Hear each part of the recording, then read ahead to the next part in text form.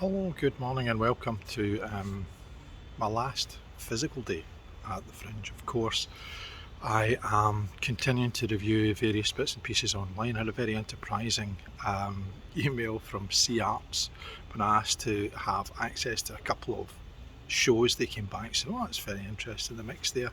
How's about these ones here?" And there's a few others. I said, "Look, if there's anything that's not getting any kind of attention from reviewers and you think is fairly worthy, then pass it on, let me see, particularly if it's not being seen by people." And I now have a bucket full or a basket full of stuff to go and see at Sea Arts, which I'll make sure is on the master list for us, and somebody else hasn't actually taken the opportunity to look at it.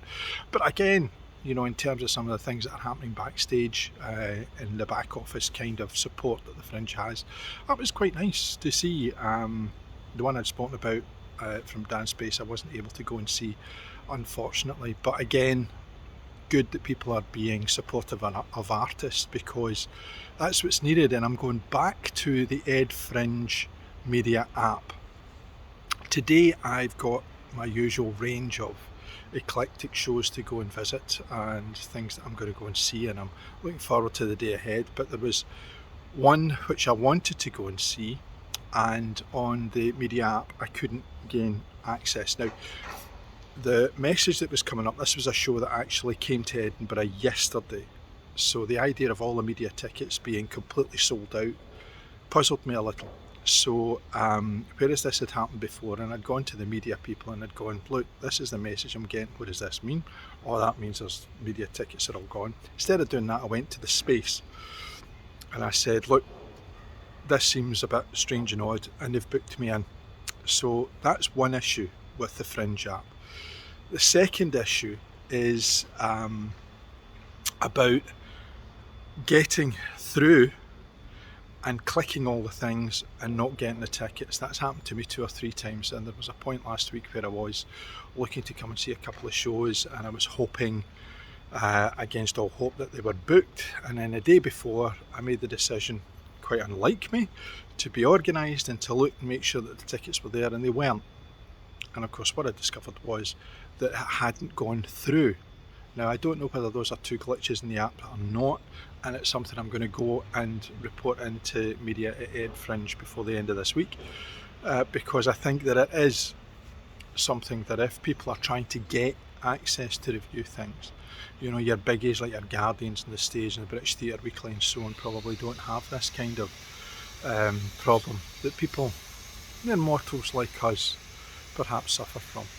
But apart from that, looking forward to today. It's not raining, and it is, however, a very strange kind of atmosphere. This is ostensibly the last week of the Fringe. I've got here early, I've gone and got my coffee, I'm sitting down, I don't start till 11 o'clock, it's just after 9. The sounds around me are the sounds of Edinburgh waking up, but also quite deserted. This is a place that Assembly at George Square would normally have a couple of venues. One behind me here, this would be also another venue through this door. There would be other places along there, not here. The Underbelly at the other side, I'm not going to be able to get to. Summer Hall, I haven't been able to physically get to either.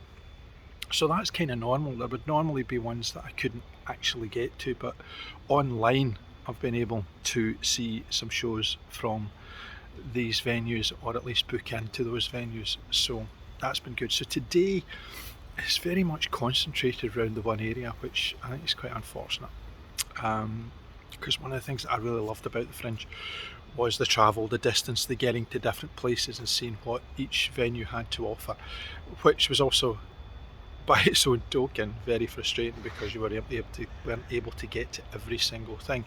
You didn't have enough hours in the day, and you didn't have enough days in the Fringe to go to all the venues.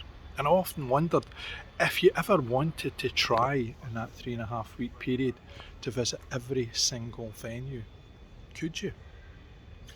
I have managed to get 11 done in one day. There's never any doubt that that was going to ever come close to happening this year. But I wondered how many venues I could have get, and I managed 11 in one day as well. But if you multiply that by doing the whole Fringe of 3.5 weeks. Don't know how many that is. Would that cover every single venue? Is it actually possible? I don't know. It certainly won't be me who tries it. But for a smaller Fringe, for a more concentrated effort, I've limited the amount of days I'm here. I'm at least one, maybe not two down of what I would normally do. So I'm going to come close to the numbers that I normally would, because I'm sitting in my house watching Fringe shows, which is not a bad thing, I have to say. I've seen a couple of real nice stuff that I would certainly recommend people go and check out, and I have done so. So, as well as listening to me wittering on, and I will talk later on, then please make sure you go visit the reviews and visit the companies. And if you're over in Edinburgh, take account of what we think is well worth a visit, because there's plenty out here that's well worth visiting, well worth seeing. It's its usual eclectic mix. There's a range of shows. Some will match your expectations, others possibly won't. But if you go with the desire to support the arts, what can possibly go wrong? Till later on tonight. Bye for now.